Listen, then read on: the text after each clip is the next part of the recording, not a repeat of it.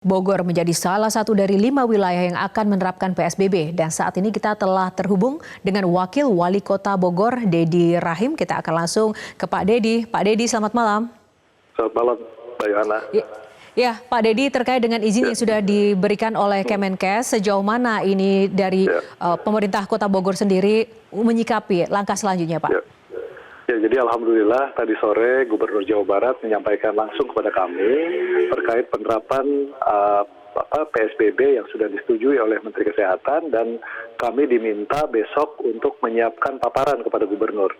Nah, kemudian kami juga lakukan koordinasi dengan kepala daerah di seputaran Jabodetabek. Kami sudah menghubungi juga Wali Kota Depok dan Wali Kota Bekasi tentang persiapan, dan kelihatannya kita sepakat pelaksanaannya diupayakan untuk bersama-sama. Antara hari Rabu atau Kamis depan kita akan mulai PSBB di wilayah Jabodetabek yang lain. Ya, Pak, apa saja isi atau poin-poin utama dalam pemaparan tersebut, Pak?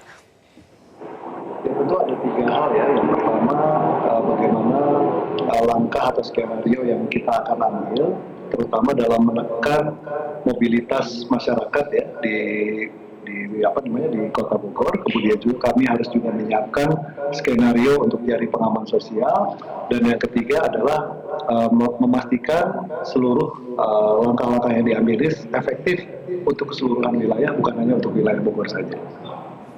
Apa yang menjadi pertimbangan wilayah Bogor sendiri ingin menerapkan ini bersama-sama dengan daerah lainnya, Pak? Ya, karena koneksivitas ya, kemudian juga masalah mobilisasi masyarakat Bogor Jakarta ini sangat tinggi.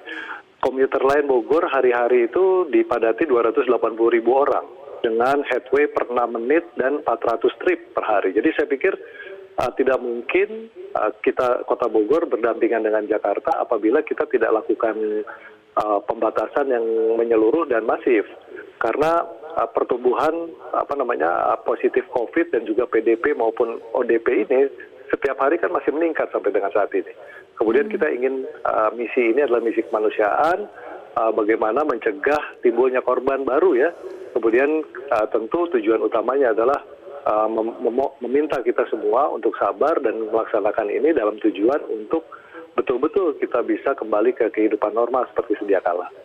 Ya, Pak Dedi, lalu bagaimana dan sejauh mana koordinasi dengan pihak keamanan khususnya pihak kepolisian dalam penerapan PSBB ini agar warga pun juga benar-benar mematuhi PSBB ini? Ya, jadi dari 6 poin PSBB sebetulnya kami sudah mengimplementasikan ya, meskipun tanpa cantolan hukum. Nah, dengan adanya PSBB yang direkomendasikan oleh Menteri Kesehatan, tentu penegak hukum dan juga aparat yang penegakan aturan wilayah punya cantolan hukum sekarang. Kalau memang masih ada masyarakat yang belum mematuhi dan masyarakat yang memang tidak peduli dengan tujuan dari dilaksanakannya PSBB ini, tentu ada sanksi hukum yang akan diturunkan. Nah, itulah salah satu tujuannya, dan intinya adalah meminta semua pihak untuk sama-sama mendukung program ini, karena kalau kita lihat kan ini sudah banyak korbannya. Baik korban jiwa, korban ekonominya, kemudian juga kita harus pastikan bahwa penerapan PSBB ini adalah untuk mempercepat proses menuju normal kembali. Itu dulu aja yang paling penting buat kita. Baik Pak, jika PSBB ini diterapkan, lalu bagaimana dengan bantuan sosial bagi warga yang terdampak ini, Pak? Ya, tentu kita sudah koordinasikan juga. Dari data Kota Bogor ya, data terpadu kesejahteraan sosial, kami sudah mencatat ada 71.000 kepala keluarga yang memang terdampak.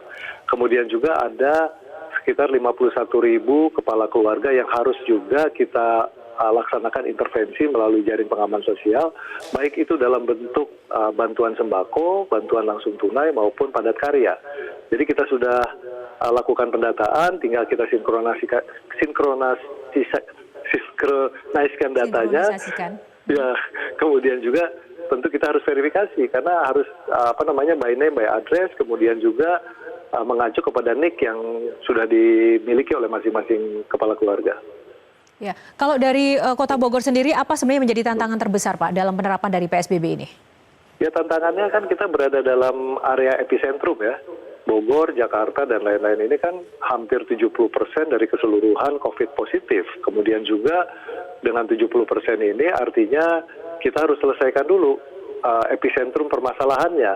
Baru kita selesaikan Indonesia yang lain. Nah, kalau kita bisa selesaikan di sini, tentu buat pemerintah pusat akan lebih mudah. Makanya kita sangat bersemangat ya mendukung program bagaimana caranya supaya betul-betul kegiatan ini efektif dan bisa kemudian berdampak positif menurunkan tingkat penyebaran COVID-19 di Jabodetabek dan kemudian Indonesia akan jadi normal kembali. Baik Pak Dedi Rahim, Wakil Wali Kota Bogor, untuk memberikan informasi dan sukses selalu Pak untuk pemaparan agendanya besok. Terima kasih Pak Dedi.